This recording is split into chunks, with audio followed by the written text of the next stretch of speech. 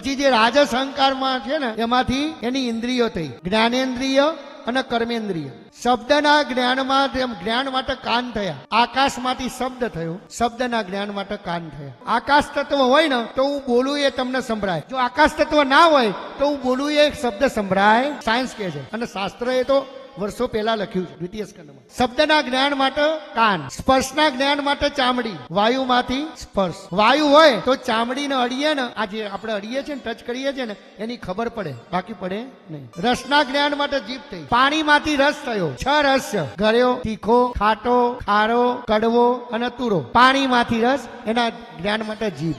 રૂપના જ્ઞાન માટે આંખ થઈ, તેજમાંથી રૂપ થયું અને રૂપના જ્ઞાન માટે આંખ થઈ. અને ગંધના જ્ઞાન માટે નાક થયું. પૃથ્વીમાંથી ગંધ તત્વ ઉત્પન્ન થઈ અને ગંધના જ્ઞાન માટે નાક થયું. જો પૃથ્વી હોય તો ગંધ સુગંધની ખબર પડે, બાકી પડે નહીં. એટલે રાજસ અહંકારમાંથી 5 જ્ઞાનેન્દ્રિય. હવે જ્ઞાન થાય ને તો કર્મ કરવાની ઈચ્છા થાય, એટલે 5 કર્મેન્દ્રિય થઈ. એની અંદર હાથ, પગ, મોઢું, મળ દ્વાર અને મૂત્ર દ્વાર.